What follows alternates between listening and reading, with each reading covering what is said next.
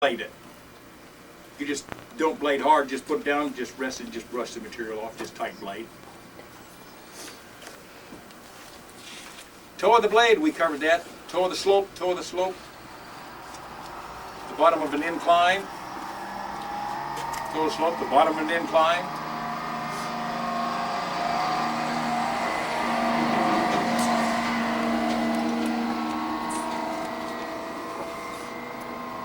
So this would be, the toe would be here.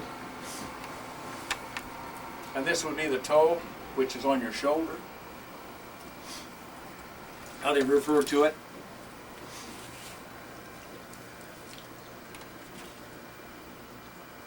Tangent, a straight line from one point to another which passes over the edge of a curve. That's when we talked about it. A tangent is a typical section where everything is 2 or 3%. That's the tangent, and then you come into your transition, and then you go into your super.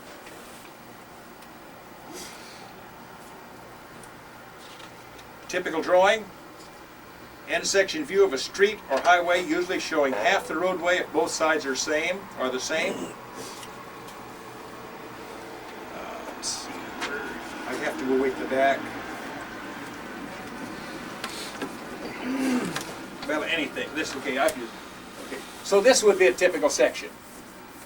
Anything like that would be a typical section. Like you get a set of plans, why they'll have different typical sections for different areas, different stationing down the roadway. The engineer draws the typical section, so a typical section will have maybe they'll draw in, you'll have 6 inches of D1, for example, and then maybe you got 24 inches of borrow.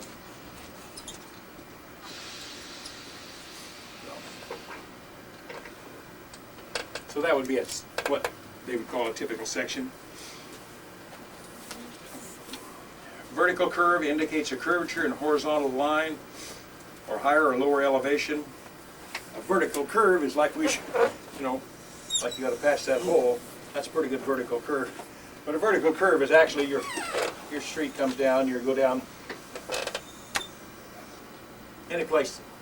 You drive it down the highway or street, that's what they call a vertical curve. Windrow, spill off the end of the blade, usually discharged from the heel when the blade is angled. Okay. Any questions on terms and definitions?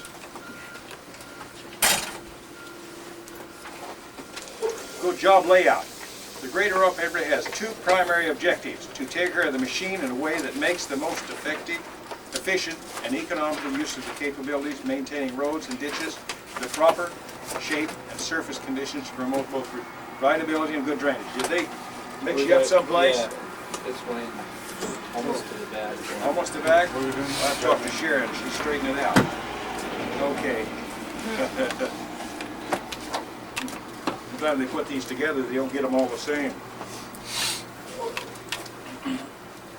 Okay, the grader operator has 2 primary objectives: take care of the machine in a way that makes the most efficient and economical use of its capabilities, maintain roads and ditches to proper shape and surface condition to promote both rideability and good drainage.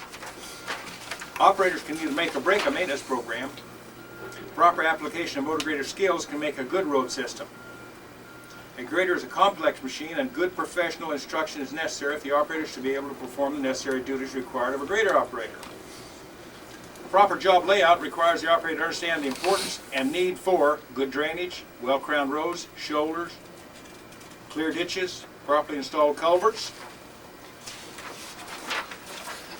That's why I mentioned to you is, before you go onto a project and they tell you go shape this street up, we want to put wrap on it, or we want to put calcium on it, or whatever, we want to push some crushed gravel on it, or whatever, is drive down over or walk it and look it over first.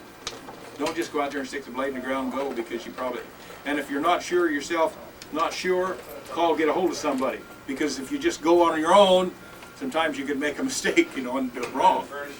But it's best to look the job over, analyze your project, and so that you know how to lay it out before you start, because it might be You could use the Swedes or whatever, or you could just look at the road maybe. Maybe you can see, here's 300 feet that all the material's on this side.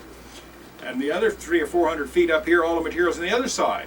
Well, you just can't take off and go down the full length of it. You're going to have to work this short section out first and get your material over, then take the other and take it the other way. You got to kind of balance it out.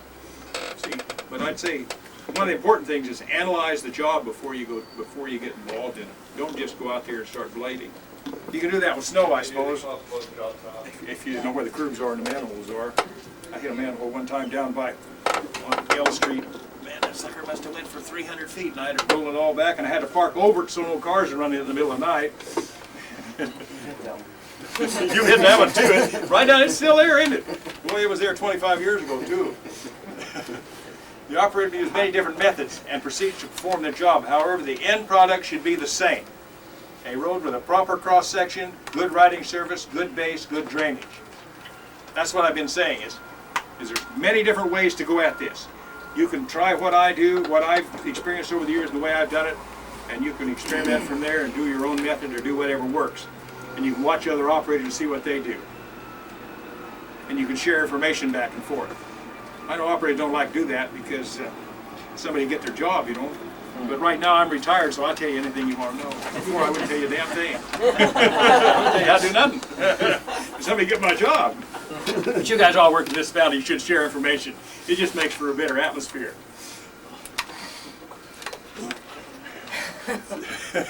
Proper cross-section, see. Good riding surface, good base, good drainage. I know you have trouble here with driveways and so forth that people put in. You know, you got a street and somebody come build a new house and they put the driveway and they slope it way out over the street. And then you got to come cut it out, and then they call and they complain. Yeah. You know. So I know you're faced with things like that that really don't coincide with good grading procedures. And they call and go, yeah, we got a leak in front of my house. Well, if you hadn't put that driveway out there, It wouldn't be there. Ditch, it wouldn't be there. And if you cut it down and then you turn around and sit back in and push the material back up in their driveway, then they call and say you're on my property, you shouldn't be there. Or if you drag it back out in the street and try to clean it up, you know. And if the guy says, well, you can do that, don't do it anyway, because if you do, he's still liable to complain. You say, well, you sign a release form to my supervisor and I'll do it. You know, otherwise, yeah. Because people do all kinds of things. I've had people come out, where I turn around on their driveway a little bit, and they come out and they take a rake and lay it down with the teeth sticking out. Kind of gives you a hint, don't get in there anymore, you know. So I know you're faced with a lot of problems that we don't have in construction. The most important element in laying out and maintaining a road is drainage. I suppose well, a lot of these roads you have a lot of culverts on and so forth, you have to clean out. Do you do any of that around the city? Oh, yeah. For most of us, you do it. And of course, they get plugged up. Yeah. And I don't know, do they use a little backhoe to clean them out, or a lot of times just take a grater blade and reach out, hook the material out? Oh, for the fronts of them, and then we've got a jet roller that cleans them out inside. There's all the good things, huh? Yeah. Okay. Well, one thing too, if you got a bunch of culverts down a roadway, several of them, and you want to clean the ditch, you can put your blade out and at the end of the culvert, slide it out around, work the material around, and then you can move ahead on down the ditch. But before you get to the next culvert, pull out on the road, and then go down and do another, set in the other side of that other culvert, and go down and do that one. Go down, do it, then turn around, come back and set in this way, and then go part down and pull it out. See, that way you don't shove material up in the next culvert, or you get too much material up there and can't get it out. And there's no need to just go down to this first culvert and pull material out, and then turn around and set in that one, pull it out, and then go to the next one, turn around again. Go 3 or 4 culverts, go all the way down your road, and then come back the other side and do them all. So you don't have to turn around so much. Because you don't want to turn around any more than you have to. Another thing, you patch these holes with asphalt too. I don't know if any of you drag backwards or not, but you can patch those with it. If the truck dumps it right, you can patch them without turning around. So good drainage. Keep your culverts clean. The most important way to get good drainage is with a proper cross-section. With proper drainage, no roadway can survive. Proper drainage, the roadway can maintain a stable base and keep its proper profile. with a proper profile, a roadway shoulder, inslope, okay? I call this the inslope. And this is the back slope.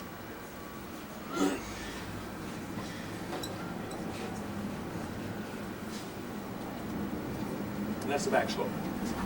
So we all understand the same terminology.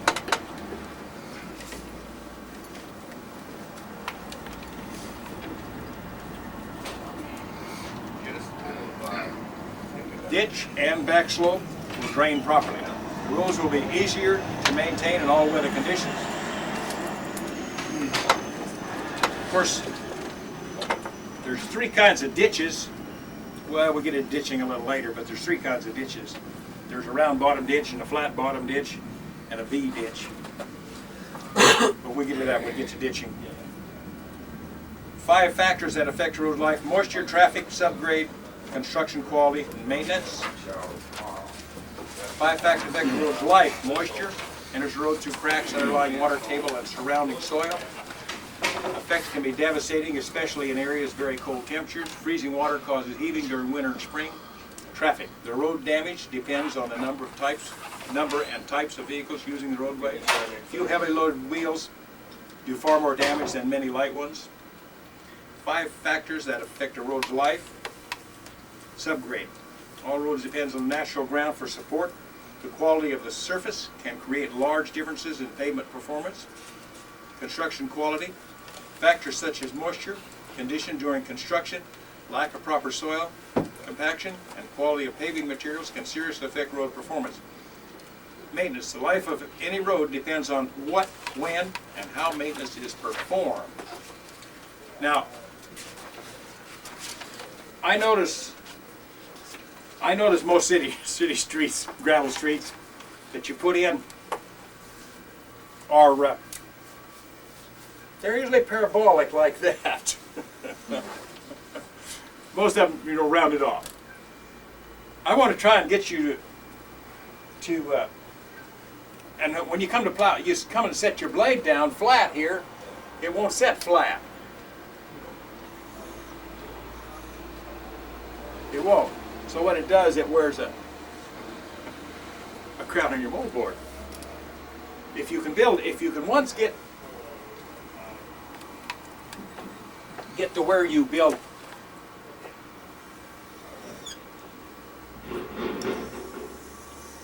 a good crown straight, well, we gotta patch that before we get started here.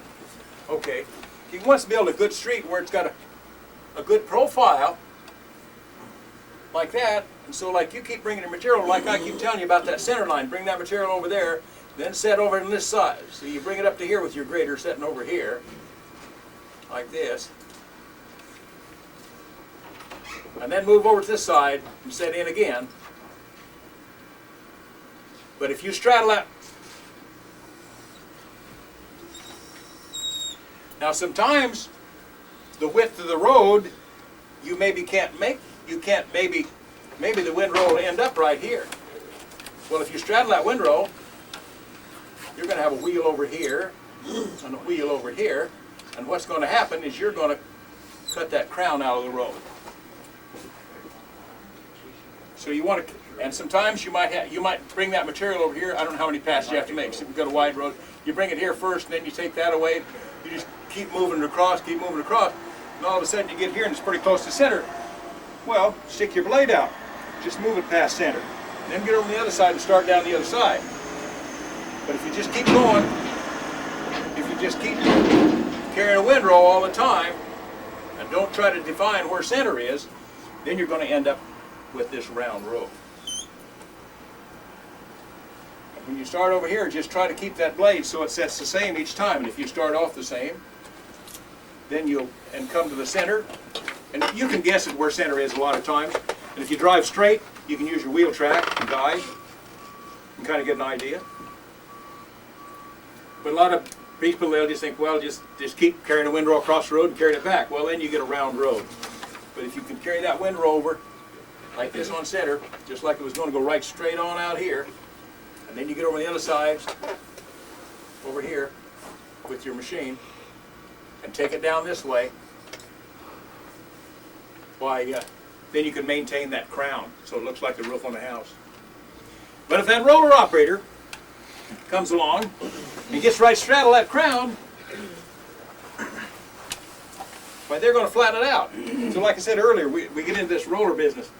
Okay, that roller operator, you want them to lap over here about 6 inches with their roller on this side, and roll down center, and then you want them to move over on this other side, and they're going to do just like you do.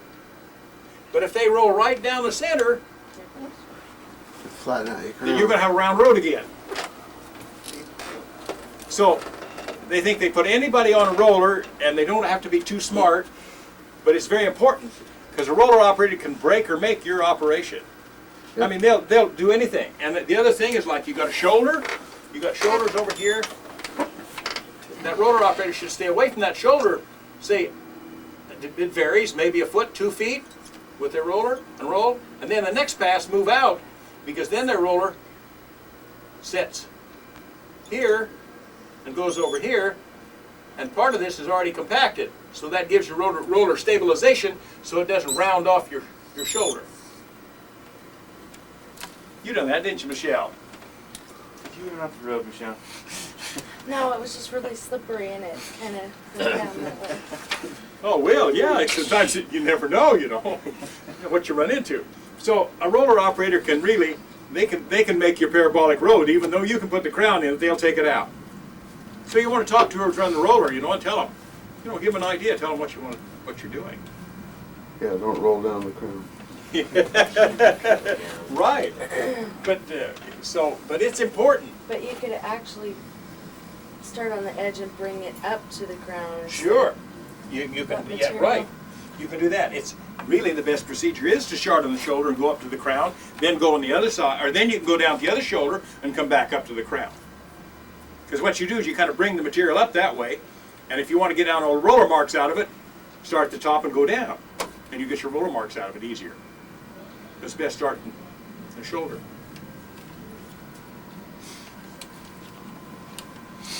Job layout abbreviations used in road construction. BC, beginning of curve. I'll let you can look at all these later, but they give you what, like if you see out there where they're surveying and so forth, you see these different abbreviations on stakes. You know what they're going to do on a project. We go on to parts of a road. A road is comprised of 3 major elements: the surface, the base, and sub-base layers. The subsurface, parts of a road. Road elements, the surface, also known as a wearing surface, may be asphalt, concrete, gravel material. Must be good riding characteristics as well as wear resistance, skid resistance, waterproofing. The base or sub-base. These layers provide the strength to carry heavy load and support for pavement surface. Consist of compacted gravel, sand, crushed rock, or a combination of these materials. Typical, the minimum compacted thickness should be 18 inches for local roads. I'll say that's all true. This country, you need gravel all over, clear at the bottom. The subsurface is preferred to build on undisturbed or natural compacted soils, cuts or cut sections. This could be fill material if an embankment is being built to a height of more than 2 to 3 feet. Ultimately carries the traffic loads. Prior to construction of a road, the top 12 to 24 inches of soil is removed to clear boulders, stumps, bushes, and etc.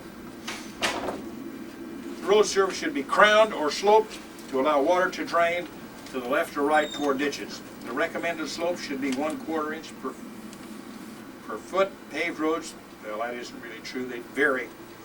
Potholes in road surface can be directly related to the road crown. That's where you talk about potholes and why you get on a new project, you go fishing or something, you drive over projects under construction, they're getting ready to pave, and they've had a heavy rain, and all of a sudden you start into a super. And it seems like as soon as you start into that super, you get to a certain point, you see a whole bunch of potholes. Well, that's where that road is. That's zero, like I told you in the super. That's where it's rotated up to 0. That's a flat spot, it's 0. And that's why you get potholes all the time. You'll see that. As you drive, you just remember, the next time you drive over a project and they're paving it or something, and you're getting ready to pave it and they have crushed gravel on it, you come into one of them supers and you'll see a bunch of potholes. That's why you have them there, because it's a flat area, it doesn't have drainage. But all roads are the same.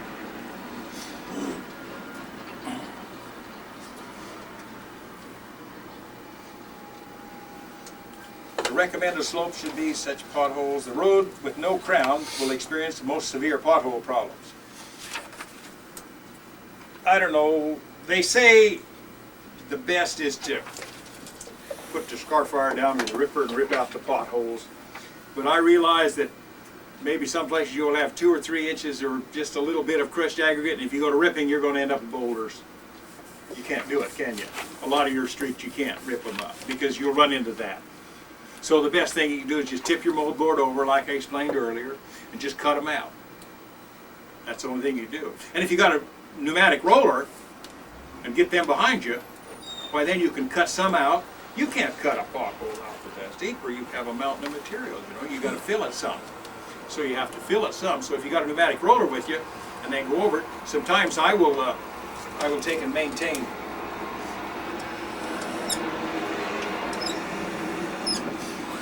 Like maybe start over here and cut my potholes out and bring all material up here to the center line and just leave it there like that. And I'll let traffic run over here while I'm doing this.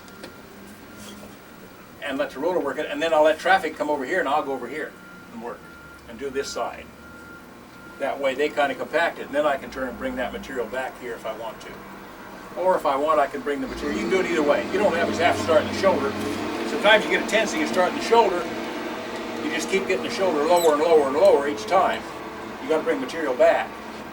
So sometimes you can start at the center and come down this way. And then go back across if you want to brush it out and just lose your rocks off there and then pick them up and do your other side. Of course, I don't know what you do with rocks. You don't blade them in somebody's driveway, do you?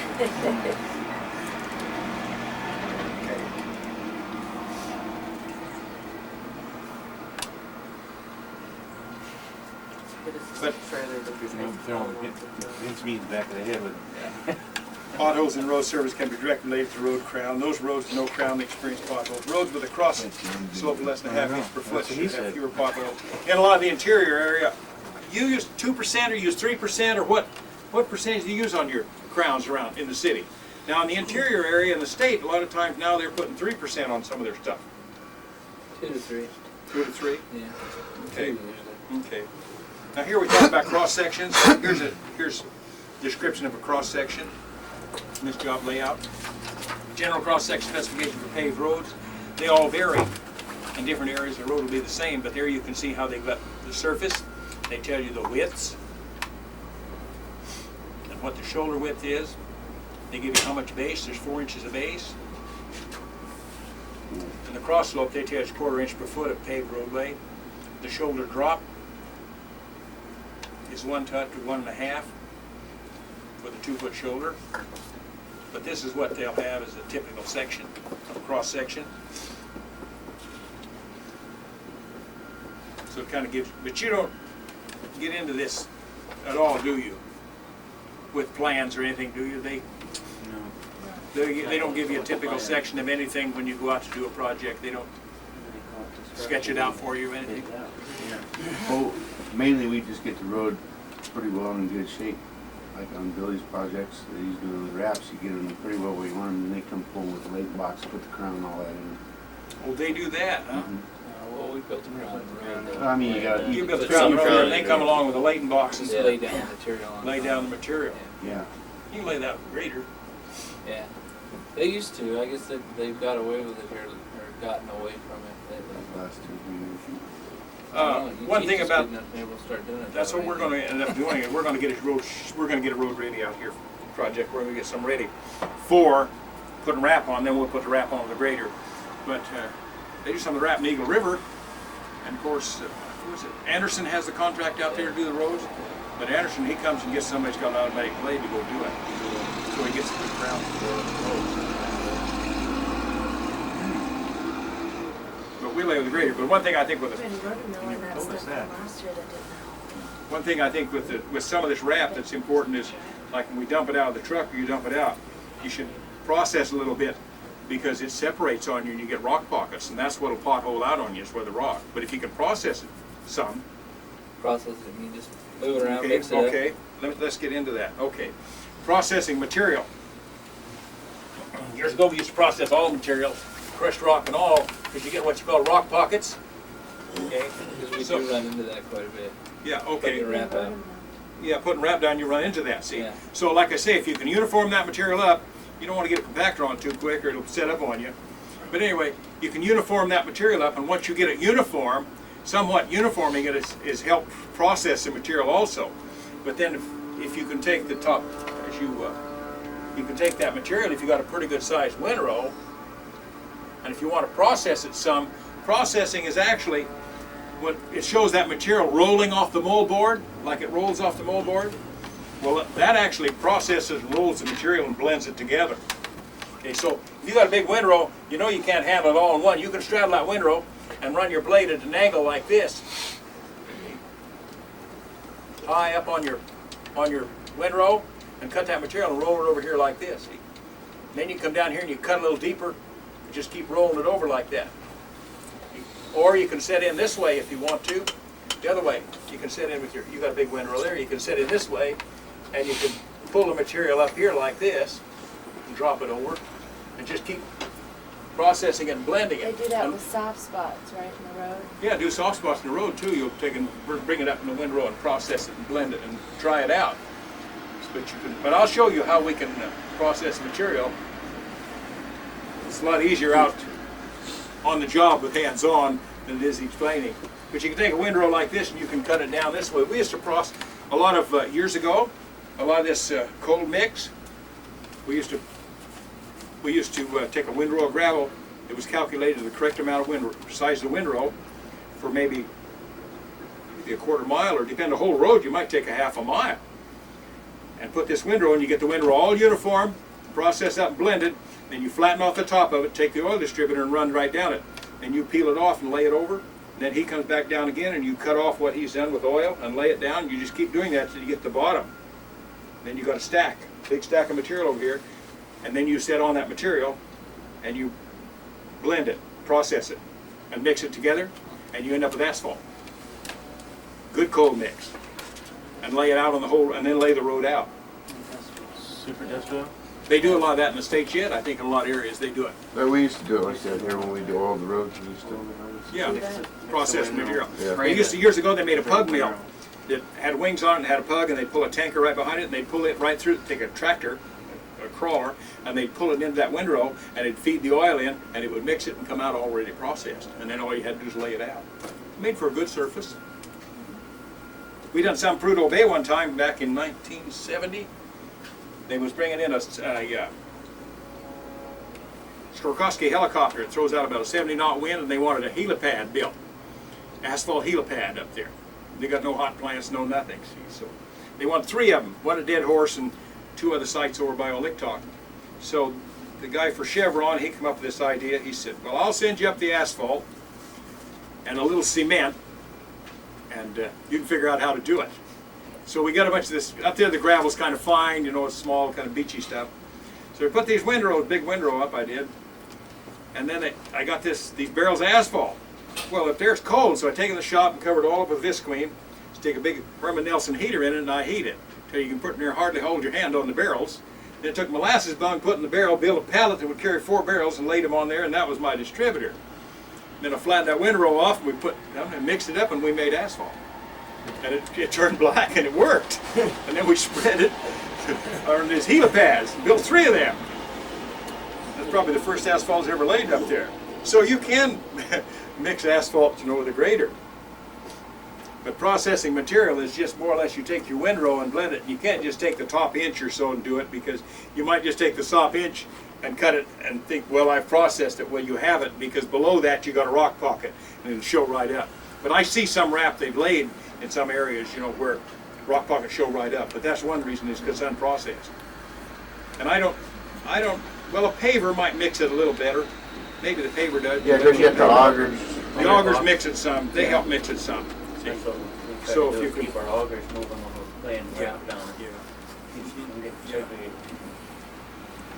But we've laid up on Fairbanks one time from mile 9 to mile 18. They rotomilled the whole thing up, all of it up, and they put a crusher right behind the rotomill, see, and made these on half that freeway in 2 lanes. They had 4 huge windrows, but and of course, that machine they had was about 50 feet long. And so when it starts, everything it's picking up, it's putting back here 50 feet. When it comes out to the end, you're 50 feet short. So you got to get that material back up there some way. And we had to lay it all back out and use it as a base, and then they come put 3 inches of asphalt on top of it. That's the way to do it, though. Pardon? That's the way to do it, though. Oh, it Yeah, is. That's the way to do it, really. Yeah. That's the way to do it, because they built a good structural strength and the road stayed up good. It's held up good. If you can use that recycled asphalt, that's good. Oh, yeah. Like, it's a great thing for the city. It saves a lot of money here. Wait, that's cheaper for us than it is to buy the D1. Yeah, it's like Oh, I $4.05 don't doubt it, yeah. And the a structural strength you get is better, Yeah. see? Because you get a road that, with the wrap on it out here, that if you got a good profile in it and you got it shaped properly now, and they want to come along later and pave it, they come along and put 1.5 inches asphalt on it, or 2 inches or whatever. But one thing about it, you want to have it so you got a good, flat, no quarter crown or nothing, because when the paver sets in and you got quarter crown, or you got a road that's kind of rounded off, that paver, he's flat like that, so he might be laying his inch here, but over here, he might be laying 3 inches. So if we can get a good crown on it. And out here, this project we're going to do, there's not much of a ditch we can pull because there's too much property there, so about all we can do is clean it up. But the road is pretty out of shape, so we'll have to uniform balance it out. We'll do that. Okay, cross-section elements, travel lane, paved surface. Yeah, that's not pertaining to us. Erosion control. Soil erosion and accelerated runoff can cause serious problems such as clogged road ditches, culverts, require more frequent cleaning and digging out. Eroded ditches and banks would often reduce the life of recent road improvements. Pollution of water and land by sediment, reduce private property values and angry landowners. Damage claims and lawsuits, government regulatory pressure. There are 6 principles for limiting erosion. Keep disturbed areas small. As the amount of disturbed earth increases, so does the likelihood of soil erosion. You won't run into that around your city too much, but they run into it out. The state runs into it all the time. What happens is the contractor, he's got a cut section he's working on, and he comes down and he cuts it down, and then all of a sudden maybe the cat skin or whoever the does, they undercut that slope. Well, then you got to push material back up in here to fill that. Well, you push that up there and you don't compact it, and you get a rain and the hard water comes. What's it do? It starts washing out and starts filling the ditch down here.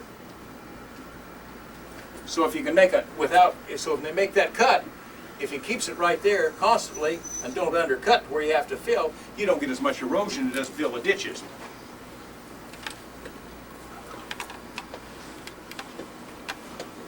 Stabilize disturbed areas.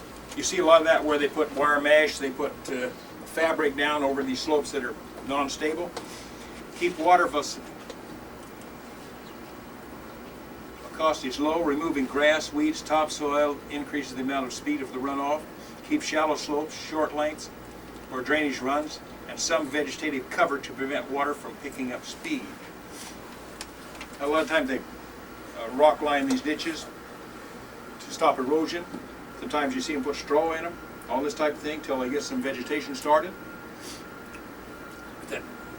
6 principles for limiting erosion: protect disturbed areas from stormwater runoff, use channel diversion ditches, checks, etc. to prevent water from entering and running over disturbed areas, keep sediment within work boundaries, retain sediment by filtering water as it flows, retaining dirty runoff for a period so that the soil particles settle out. Follow up and inspect recent work. This is vital. Practices should be checked on daily. Unclog filters, check for channels, lower sediment ponds. Well, I don't know. You really don't get into that. You don't get into any of that hardly, do you? Just a little bit, not A little bit? Well, drainage. No, that's something we need to start doing.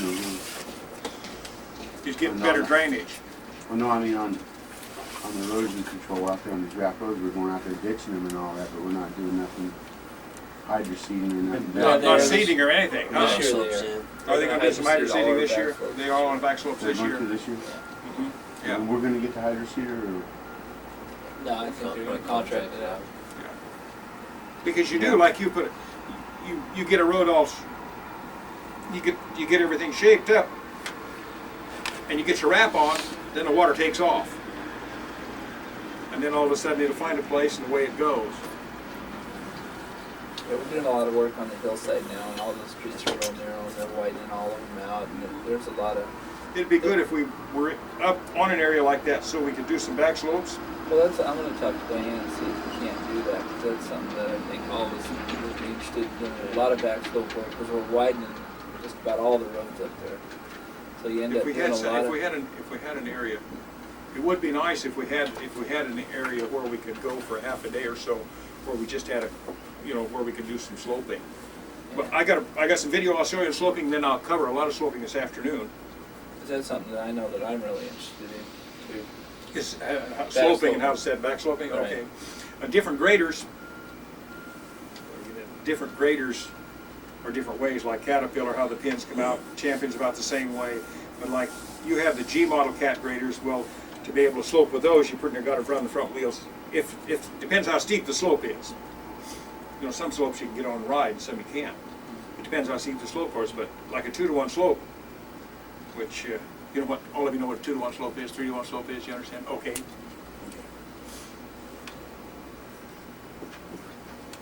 2-to-1, you got 3-to-1, and you got a 4-to-1 slope, for example, okay? You got your slope here, okay? On a 2-to-1, you come out 2 feet, and down a foot. Down 1 foot. Okay, on a 3-to-1, you come out 3 feet, you go down a foot. 4-to-1, you come out 4 feet, and down 1 foot. Okay?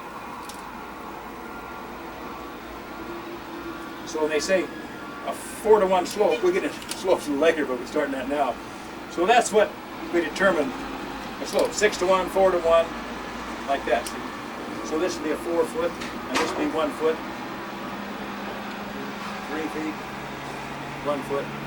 So that's what you end up with. When they say 3-to-1, 4-to-1 slopes. Partner all highway projects now have 4-to-1, 6-to-1 in slopes for safety reasons, so people run off on them. But to cut a 4-to-1, you can get on a 4-to-1. 3-to-1, you can kind of get on if it's stable. 2-to-1, you can't. You can, but not safe.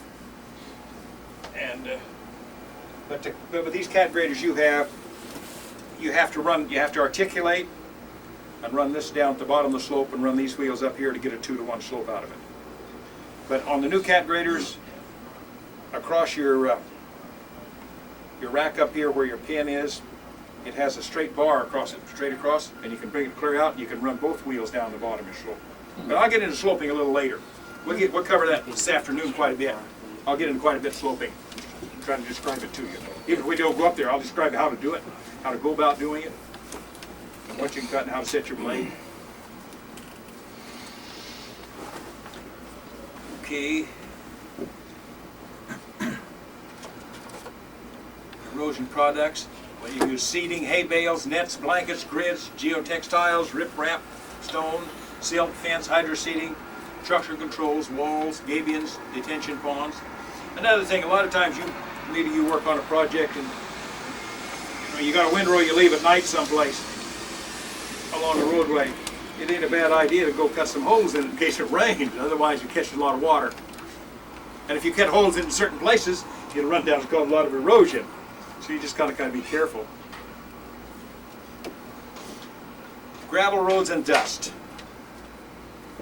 Most of us really don't realize how important dust is to us. We don't like it, but it's very important.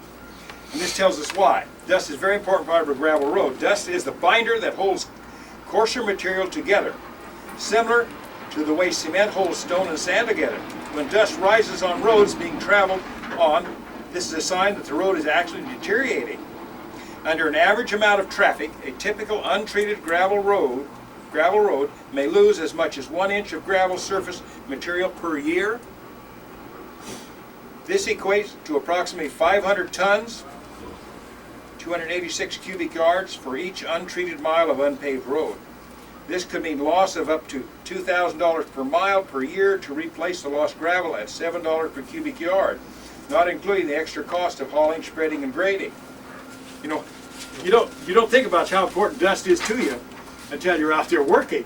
And you always say, well, I want what I consider, you want fines, I want fine material to mix with the rocks. It's all blown off into space, it's gone, you know.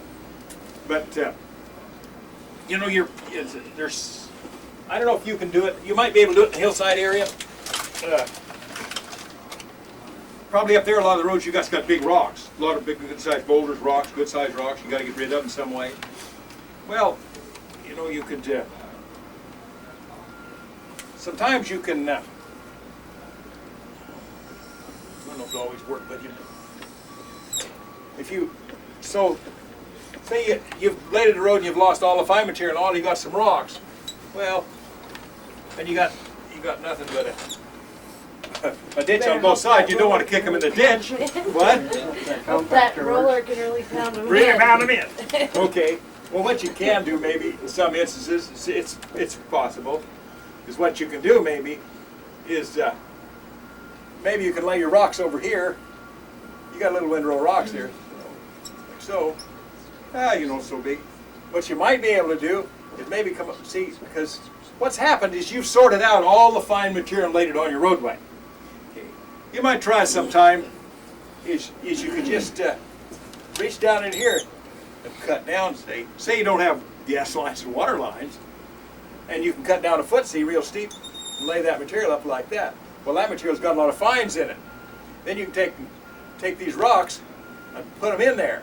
And then you can bring this back over the top here like that. Because there won't be as many rocks there as there was here. Like up on Denali Highway, they do that, maintain that all the time. Huge rocks up there. Yeah, you get some big ones, don't you? You pretty much got to haul them off or drag them out to where you got a fill section where you can roll them over the side. They actually got that road looking pretty good right now when I was up there last time. That guy got killed. You got to grader every other mile. But if you can There's take some big rocks up there. well, yeah. There's some of them you don't take out, you just work over them. Liberty. That's one thing you want to go kind of slow. Well, you found that out plowing snow, you know. If you've never been there before and never plowed it before, take it easy the first time. Yep. Find out where everything's at. One time down on, I seen a guy come down Joe's Trucking. Guy run a grader for him, and he come down 15th. Come down 15th, where you go into Minnesota. There's an island down there someplace at that time, and man, he straddled that island. When he got stopped, he'd run clear over the moldboard, tore it clear off the grader. Yeah. Took it over an inch deep, replaced the circle, done a lot of work on it. Terrible. Then some of these people put these curbs right out to the shoulder. There's one over on that frontage road, over by the highway between Dowling and, it's between Dowling and Diamond. In there, isn't there a water utility or somebody back in there? They got the curbs run right out there. I hit that one time and tore the circle gear right out of it. So take it slow till you find out where you're at. But anyway, it's amazing to see how much dust helps you. You don't like it, but you need it, and how much it costs of loss by the roads dry out, and a lot of that material gets over the shoulder of the road. I don't know. You go up in the hillside. You got crushed gravel on any of those roads up around there? Put any crushed gravel on them at all? Not too much? Not too much. Most of it's either been It's all boulders and rocks, wood, a lot of clay. Usually if there was a mud zip, there's a big boulder where we haul it in there and dump it in there. Yeah. Well, that's pretty hard to, it's hard to do something with a road like that. The only thing you can do is, and the other thing is like if you get rocks there and you end up and you blade them over the side and you lay them over down here, the next time you go, next time you come to get some material to work with and you reach down over that shoulder, you pull them rocks back up again. So actually, you just keep fooling with the same rocks. If you got a place where if you got a road where there's a fill over here, why you can put them over here and then maybe you can kick them down the slope like that. You know, you can reach over the slope and kick them down the slope. We don't have the place out here, but I can show you how to put a ripper tooth in a front axle, and then you can get over the side and you can run your blade right down about like this and kick them rocks down. What you can do is you take a ripper point and stick it in there on your axle, so your axle don't move like that. Ever do that? We got one grader back to off the road when the wheel You can fell bring, off yeah, like get a that. flat tire or something like that, you can do that. We can also do that, put one in there like that, see? And then what you can do is you run this wheel on the shoulder of the slope, on the shoulder, and this front wheel up here on the shoulder, and this one hangs right over, but it don't go like that. It stays up like this. And you take your blade, and you put it like you're going to back slope, slide out with your pin, and then drop it over, and you can get it real steep. Got to make sure the shoulder's solid though. And it gets real hairy when you go around the inside curve because you got to be real careful. Careful. But it'll work, and you get rid of the rocks. Which what you do is just steal you a ripper point off one of these. You can stick it in there. So that's the way. But you got to get them rocks out of your way. Get them down here out of your way so you don't pick them up the next time. And of course, you get on some of them roads up there, the more you, every time you cut them down, you just end up with more rocks, more rocks. So you're kind of at a loss to how to maintain them. It's hard because each time you get rid of more rocks, see, and so you, especially when you get in a section, if you've got one section that goes around a hillside where you got a fill slope, you can always kick them off over there and get rid of them on that side. Constantly work to get rid of them there. But if you got a cut section through here where it goes through, why then you've just got to drag them out of there. That'd be nice. You have a snow gate, you can just put it down and drag them ahead. There you go. Yeah, I see they got a picture of a snow gate on this Caterpillar back there, but our guys can't. The guy that put About that, the best the guy that meats. put that book together, he lives here.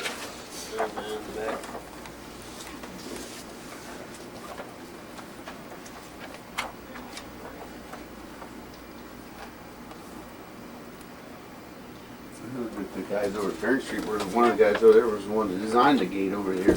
He never did put a patent on it, and then all these other places started coming up over Right. now. Those gates are destructive things. They're self-destructive, aren't they? Where you hit things. Do you use a rubber under them? No. You don't. Middleton is. You used to use a real thick rubber. Oh, we use the metal cutting it on. When you hit something, then you Actually, really have. they actually they last a long time. Yeah, they do. Fold right over. Yeah, you don't catch They them. fold right over and bend up, don't they? What else? They just rip a lot of times. Just rip eye off them. They don't have a breakaway or anything, do they? They're pretty good. Pretty well designed now. Yeah. Over the years, they've How many gotten times pretty they go down up and pat. down in a day, how long they last? Yeah. Let 'em in. But now they got where they come straight up and straight down. Straight up, straight down. It used to be to roll back like this, go forward like that. It comes not quite straight up. It kind of comes a little bit of an angle like that.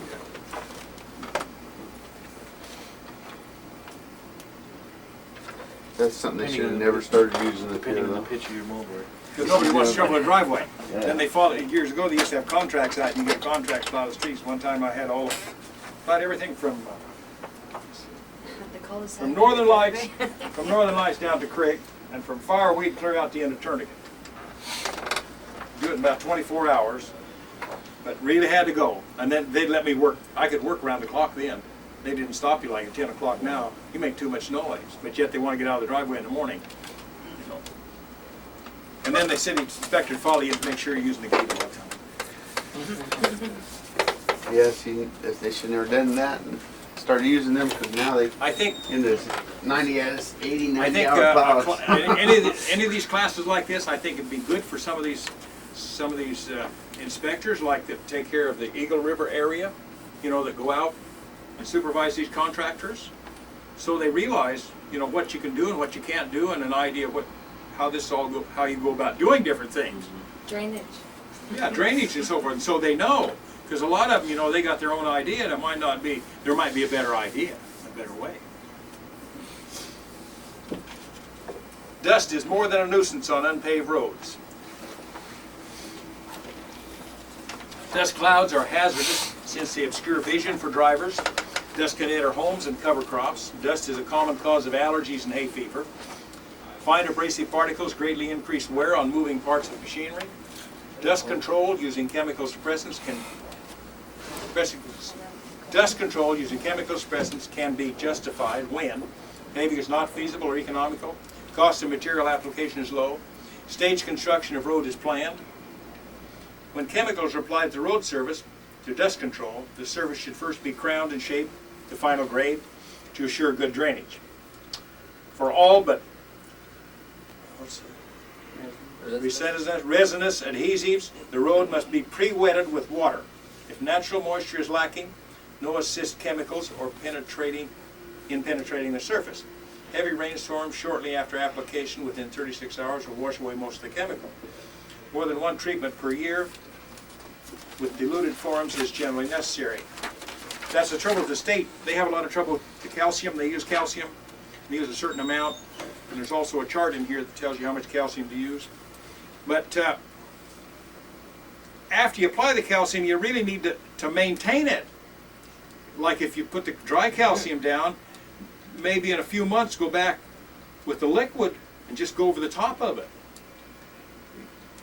But a lot of it, the state, some of the guys, contractors put it on, they don't do anything. They just put it on and then water it. It just all runs off the road. You know, you'll see it black down the ditch. So that's one thing that's where the state has a lot of trouble with the calcium. They have good luck with it, but they don't have enough funds to go back and maintain it. But like, you're doing the right thing when you blend it in with your aggregates. That's why it says more than one treatment per year, but diluted forms is generally necessary. Gravel roads need moisture to bind the dust that holds the gravel together. Added materials called stabilizers may be used to assist in the attraction of moisture. Stabilizers that may be used include calcium chloride, salts, resinous additives, geotextiles, and cements. Calcium chloride draws moisture from the air and ground to help keep the gravel surface hard packed and dust free under traffic. It would be more cost effective to use stabilizing agents to avoid future costs of materials, manpower, and equipment to replace gravel. Calcium pretty good, but it sure rusts things. It really rusts your car.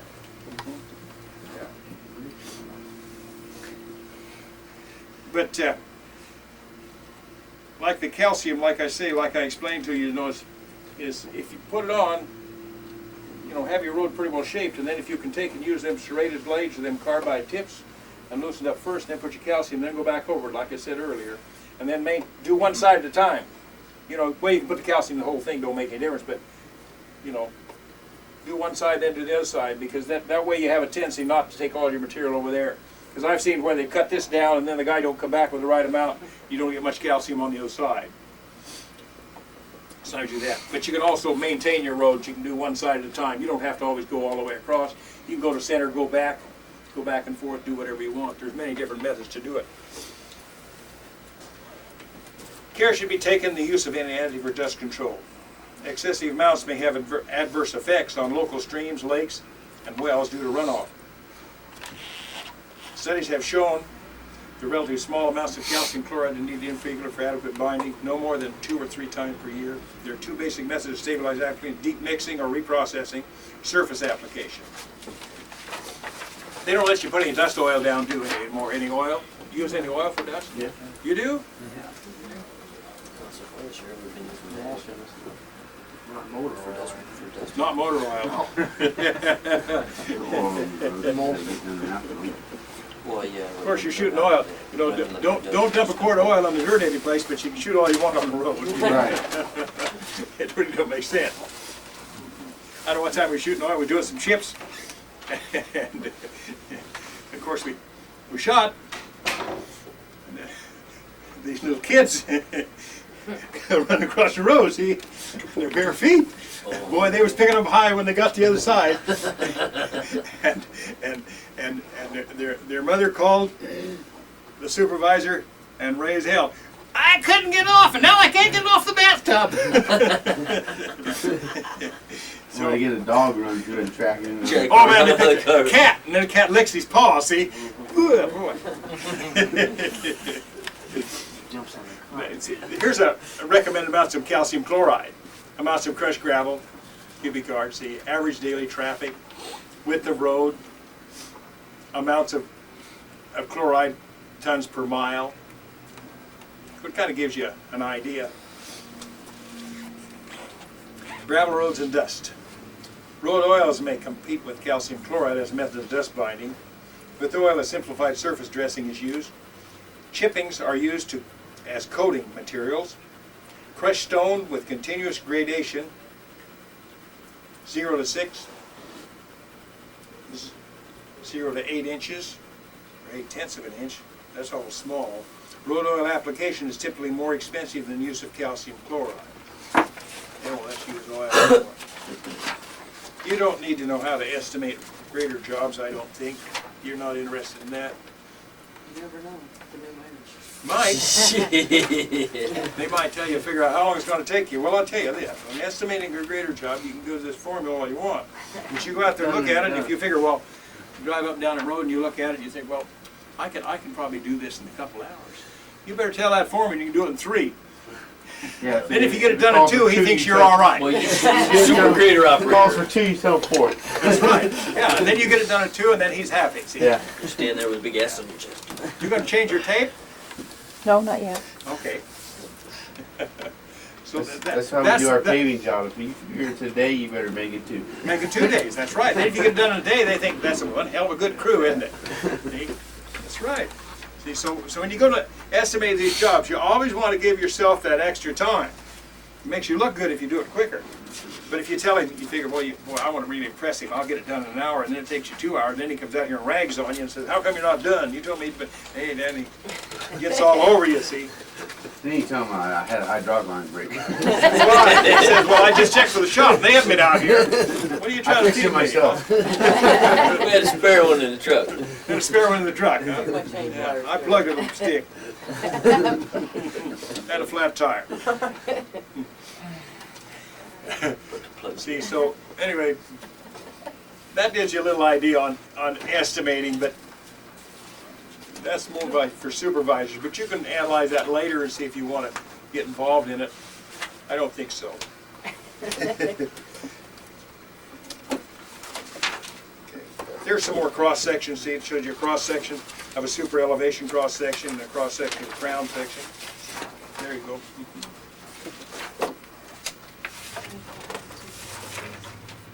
Okay. We'll get into support grading. I don't know if it's the same place in your book or not. Probably a different. I'm going to have to get after Sharon and have her put it better order. We had an order once. We're going to announce support grading. Support grading. Back towards the front. Okay. Go back to the front.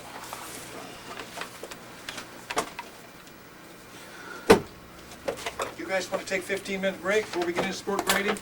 Take a little break so you don't go to sleep. Boy, little girl. Vacations, support grading. Restoring a badly eroded haul road will take a variety of blade positions. Well, you're not reshaping haul roads, but you're maintaining roads. Reshaping an old road to a two-way high-speed haul road will be done in several stages. As a rule of thumb, the blade should be at, well, they give you this 45-degree pitch angle and etc. for good rolling action. That's maybe true, but you just have to, the pitch, the degree of the angle depends on the kind of material you're moving. Some material you can move at a straighter blade, some at more angle, like I say, you know, more of a rolling action. And like we talked about rolling the blade back, and I'll come back to that. If you run with your moldboard tip back, as the material rolls, it mixes. And you'll have a tendency to end up with fewer rocks than you will by tipping it over. Because tipping over, you just keep dragging. And then you drag, the rocks drag. Otherwise, it rolls the material better off. Now, the bigger the wind roller you use, you know, the machine will handle it easier, the better rolling action you get, and the better spreading of materials you will get. Because you got a little bitty windrow and just a few rocks, you can't do much. You have to have something to work with. So you gotta cut the road down, get you something to work with before you can lay it back out. So, when they talk about get a good rolling action, you have to be the judge of that as you run the machine. In initial phase, your rows and scars will cut and filled with surplus materials delivered toward the center line.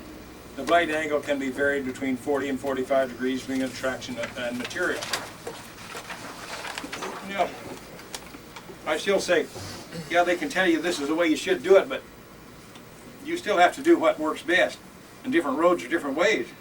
You know, like I say, some roads you gotta, if you can once go through if you got a road you got to shape, and you've been working on for a few years around here, like I looked at some of those out there we're going to be working on. I see one out there, boy, one side's way lower than the other one.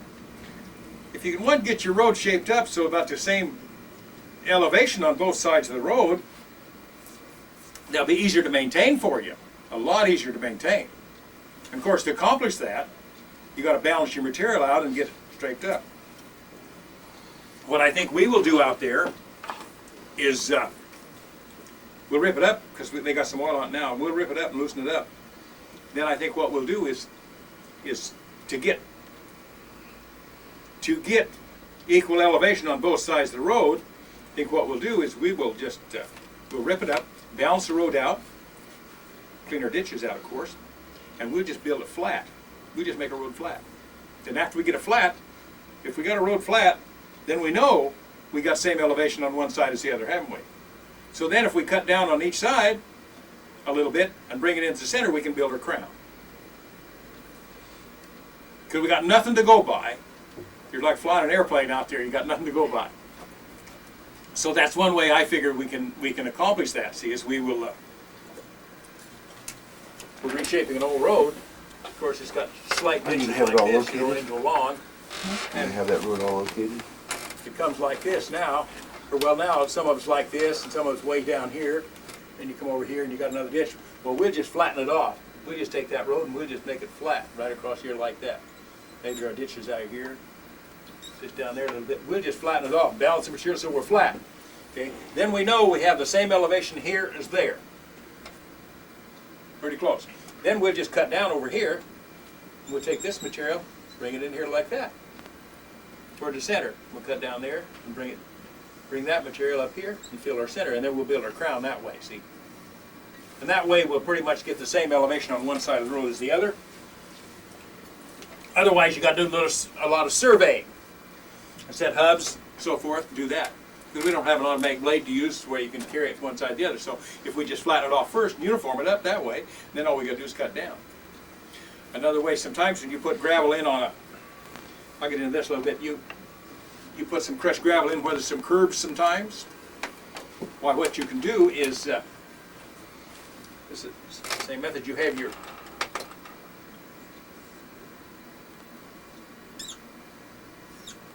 curb